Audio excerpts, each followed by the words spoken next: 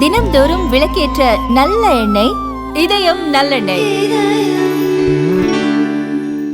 ஆயுர்வேதம் ஒரு பொக்கிஷம், நம் ஆயுள் நீட்டக்கும் அற்புதம்.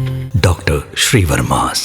2001 ஒரு புதிய நூற்றாண்டு பிறந்தபோது தமிழ்நாட்டின் மொத்த கடன் சுமார் 30,000 கோடி ரூபாய். ஆனால் இன்று கால் நூற்றாண்டுக்கு பிறகு 9,29,000 கோடி ரூபாய் என்ற உச்சத்தை அடைந்திருக்கிறது கடன். இந்த 25 ஆண்டுகளில் தமிழ்நாடு எதை பெற்றது, எதை இழந்தது? கடந்த 5 சட்டமன்ற தேர்தல்களில் வழங்கப்பட்ட வாக்குறுதிகள் தமிழர்களின் வாழ்வாதாரத்தை உயர்த்தியதா அல்லது கடனாளியாக்கியதா? 2001 அதிமுகவின் மிதிவண்டி திட்டம் மாணவர்களின் கல்வியில் ஒரு புரட்சியாக பார்க்கப்பட்டது. ஆனால் 2006 திமுகவின் இலவச வண்ண தொலைக்காட்சி மற்றும் 2 ரூபாய் அரிசி திட்டங்கள் தமிழக அரசியலை நலத்திட்ட அரசியலில் இருந்து இலவச அரசியலுக்கு நகர்த்தியது. இங்கிருந்துதான் தமிழகத்தின் கடன் வேகம் எடுக்க தொடங்கியது. 2001 30,000 கோடியாக இருந்த கடன் 2011 1,00,000 கோடியை தொட்டது. இந்த காலகட்டத்தில் இலவசங்கள் ஒரு தேவையாக பார்க்கப்பட்டன. 2011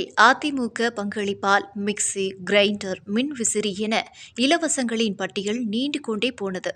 2011 முதல் 2021 வரையிலான 10 ஆண்டுகளில் தமிழகத்தின் கடன் 1,00,000 5,00,000 கோடியாக, அதாவது 5 மடங்கு உயர்ந்தது. 2001 இருந்து 2021 வரை 5,00,000 கோடியாக இருந்த கடன் கடந்த 5 ஆண்டுகளில் மட்டும் சுமார் 9.29 லட்சம் கோடியாக, அதாவது கிட்டத்தட்ட 2 மடங்கு உயரப்போகிறது.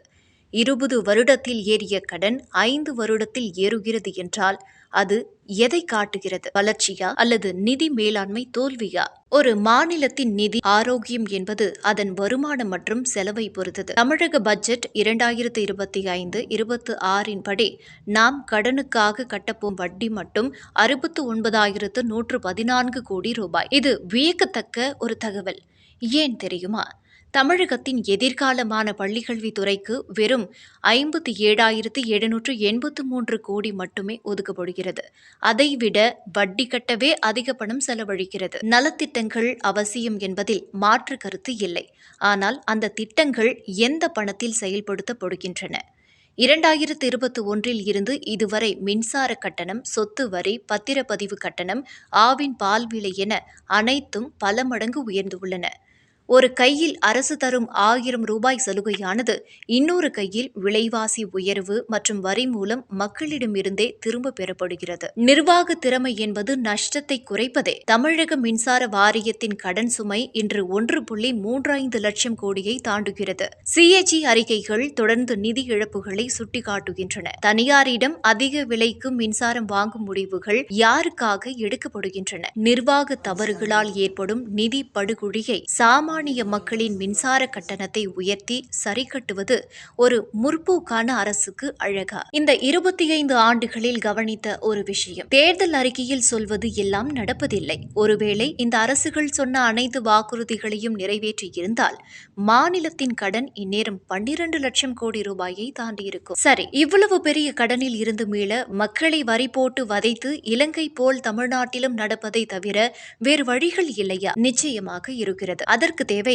உறுதியான நிர்வாக சீர்திருத்தங்கள். மக்களின் பாக்கெட்டில் கை வைப்பதற்கு முன்னால் அரசாங்கம் தன் கைகளில் உள்ள ஓட்டைகளை அடைக்க வேண்டும். குறிப்பாக மின்சார வாரியம் மற்றும் போக்குவரத்து கழகங்களில் நிலவும் நிர்வாக சீர்கேடுகள் மற்றும் தேவையற்ற ஒப்பந்த முறைகளை சீரமைத்தாலே ஆண்டுக்கு பல்லாயிரம் கோடி ரூபாய் மிச்சமாகும். கடன் வாங்கிய பணத்தில் இலவசம் கொடுப்பதை குறைத்துவிட்டு புதிய தொழிற்சாலைகள் மற்றும் கட்டமைப்புகளை உருவாக்க வேண்டும்.